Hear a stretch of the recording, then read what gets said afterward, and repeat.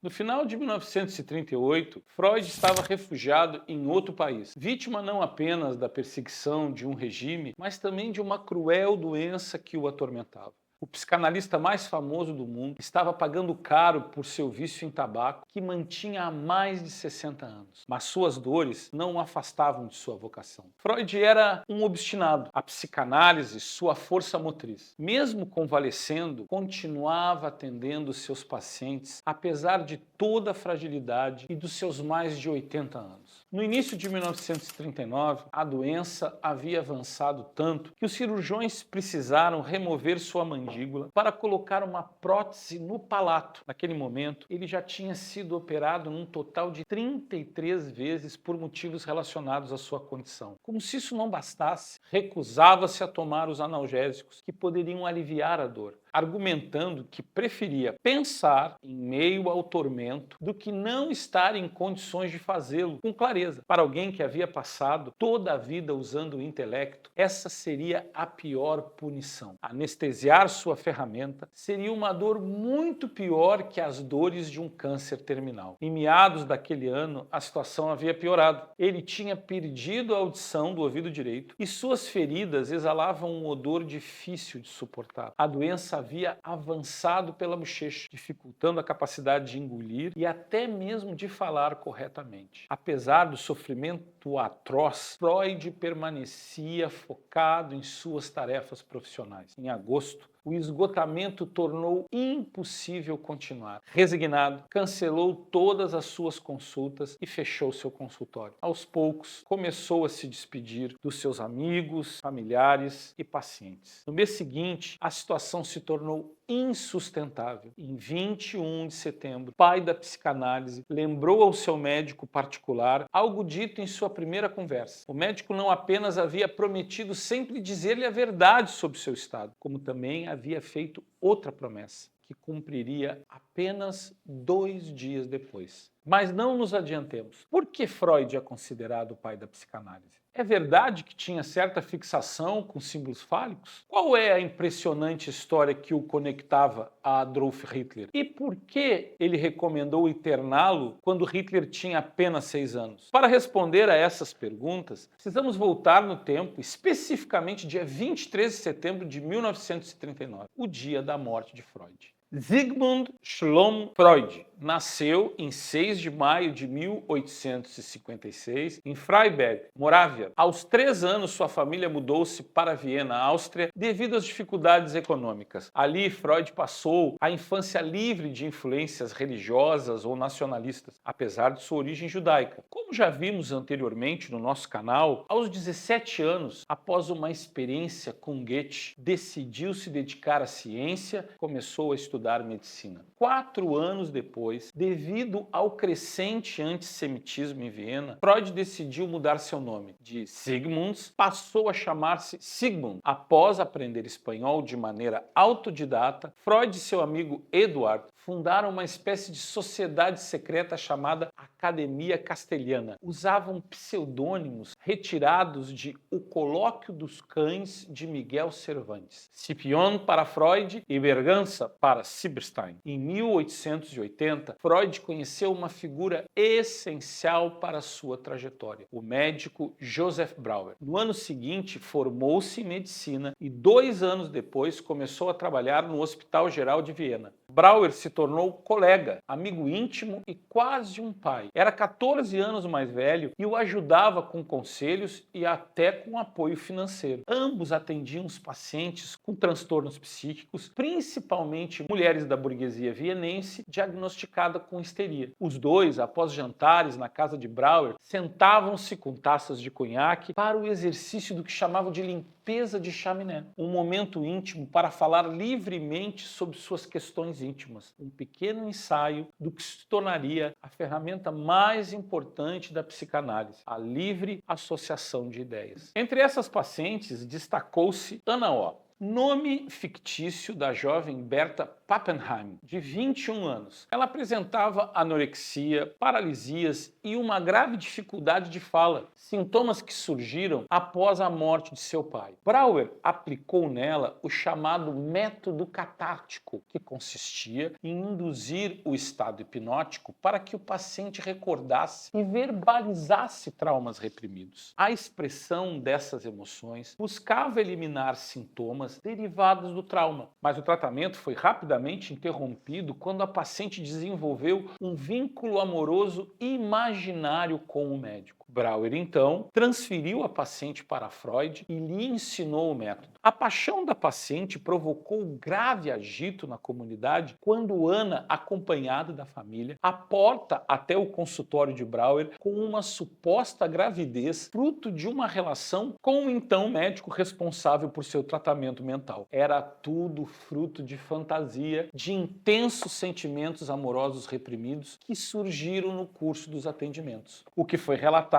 como uma gravidez histérica. Freud ficou fascinado pela técnica de Brauer. Nessa mesma época, interessou-se também pela cocaína. Chamou-a de droga mágica, escreveu sobre ela, prescreveu aos seus pacientes e colegas e até usava como inspiração. Em 1895, após o nascimento de sua filha, Freud consolida o método da associação livre. O paciente deveria falar tudo o que lhe viesse à mente, sem censura, sem crivo, livremente. Isso permitiria, pela liberdade da fala, acessar os conteúdos inconscientes. Nascia assim a configuração do que chamamos de setting analítico. Paciente deitado no divã, sem acesso à imagem do analista, livre para um mergulho profundo em seu próprio eu, e o psicanalista em posição de escuta, podendo ou não tomar nota do conteúdo da associação livre do paciente. Nesse período, rompeu com Brauer devido a divergências teóricas e científicas. Brauer acreditava que a psicologia e a fisiologia não deveriam ser separadas. Freud defendia uma nova teoria psicológica independente das outras áreas. Em 1899, Freud publica uma de suas obras fundamentais, o marco divisor da ciência moderna, a interpretação dos sonhos ou a arte dos sonhos, como sugerem alguns dos autores na tradução mais fiel do alemão. Ele afirmava que o mundo onírico era uma via de acesso ao inconsciente. Para ele, sonhos não eram absurdos nem aleatórios, eram manifestações de desejos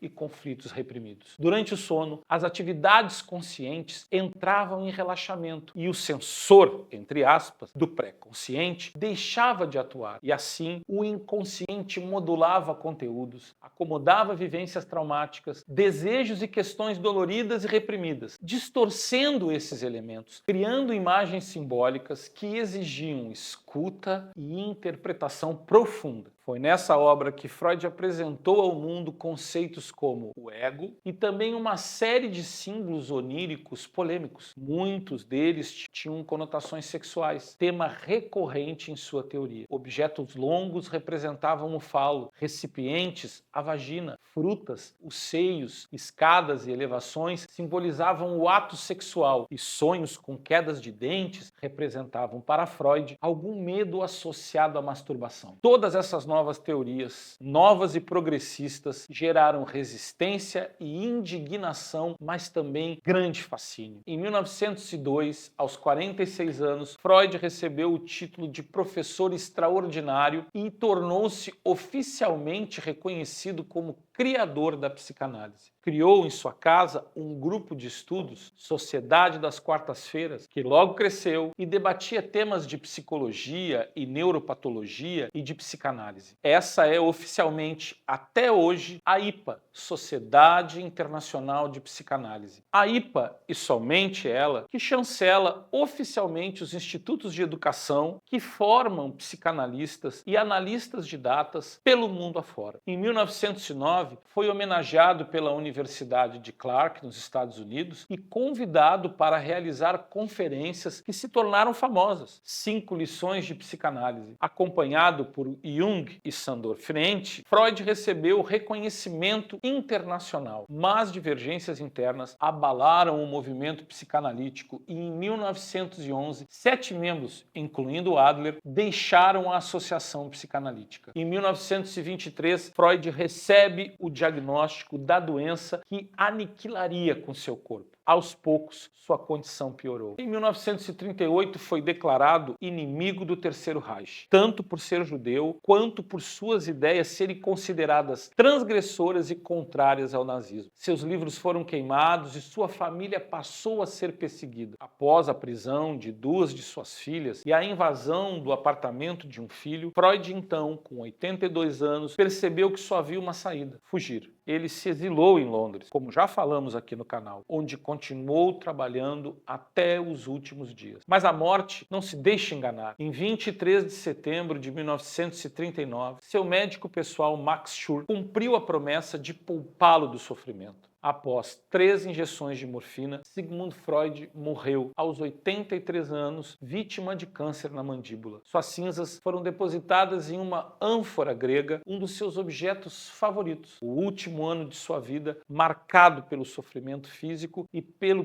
peso emocional do exílio imposto por Adolf Hitler. E é surpreendente lembrar que décadas antes, Freud poderia ter influenciado diretamente a vida daquele que mudaria o destino do mundo. O médico da família de Hitler, preocupado com os pesadelos do pequeno Adolf, um garoto de 6 anos atormentado por sonhos terríveis e comportamentos patológicos, consultou Freud. A resposta foi clara: o menino deveria ser internado e tratado intensivamente. A mãe concordou, mas o pai, Alois Hitler, recusou, temendo que os profissionais descobrissem os abusos físicos e psicológicos que cometia contra o filho. O que teria acontecido se Hitler tivesse recebido tratamento? Nunca saberemos. O que sabemos de verdade é que a sua obra, contundente e profunda, transformou a ciência e a psicologia. Freud revolucionou a maneira como entendemos o psiquismo e a sexualidade. Nos apresentou o conceito de inconsciente, criou a psicanálise, descreveu a estrutura do ego e seus mecanismos de defesa. Nos ensinou sobre parapraxias e atos falhos, traumas e dores emocionais e consolidou a universalidade dos conceitos de complexo de Édipo e Electra, fazendo encontrar nesse ponto de intersecção a psicanálise e a mitologia grega. Seu trabalho fundou inúmeras escolas psicológicas posteriores, além da enorme influência em áreas como literatura,